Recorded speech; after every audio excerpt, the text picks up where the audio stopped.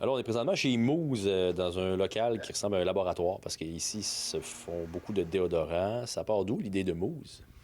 C'est parti de moi, en fait, qui avait ce besoin-là. Fait qu'au début, c'était vraiment un besoin personnel que j'avais, parce que je faisais des réactions au déo conventionnel, fait que de chercher une alternative.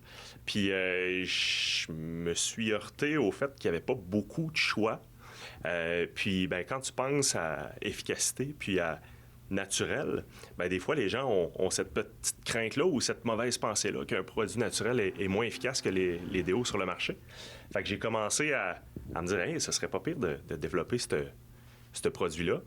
Mais n'ayant pas les connaissances, j'ai dû faire appel à mon ami Sam qui est à côté de moi, qui lui a les connaissances comme ingénieur chimiste pour pouvoir développer ce genre de produit-là.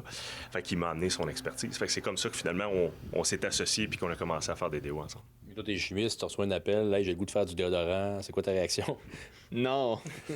Pour vrai, semblant, au début, c'est ça. Ça a été non. Qui se part une compagnie en déodorant?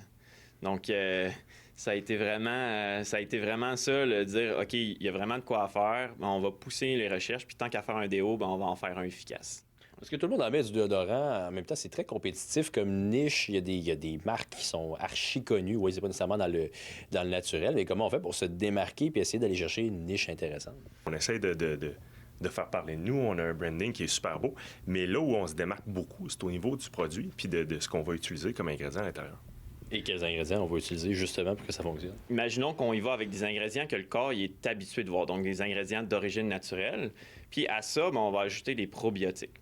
Comme dans le yogourt. Hein? Exactement. C'est pas les mêmes probiotiques, mais c'est exactement ça. Il y a une vibe un peu Breaking Bad à votre laboratoire, là, où est-ce que ça prend pas tant de place que ça, tant d'équipement que ça, faire des déodorants. Comment vous vous êtes organisé? Au début, c'est parti très modestement. Puis de fil en aiguille, on augmente la production, on augmente aussi la capacité. On peut monter jusqu'à environ 100 000 déos par année qu'on est capable de faire avec les installations qu'on a actuellement. Donc, comment on choisit les fragrants?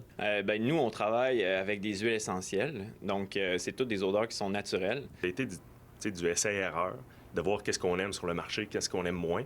Puis en partant de ça, c'est de dire, OK, comment on peut essayer de reproduire des odeurs qu'on aime puis qu'on veut représenter dans le déo. Fait que c'est vraiment beaucoup de tests. Le branding est assez coloré. C'est rare que je me dis avec enthousiasme, je vais me chercher un déodorant. Là.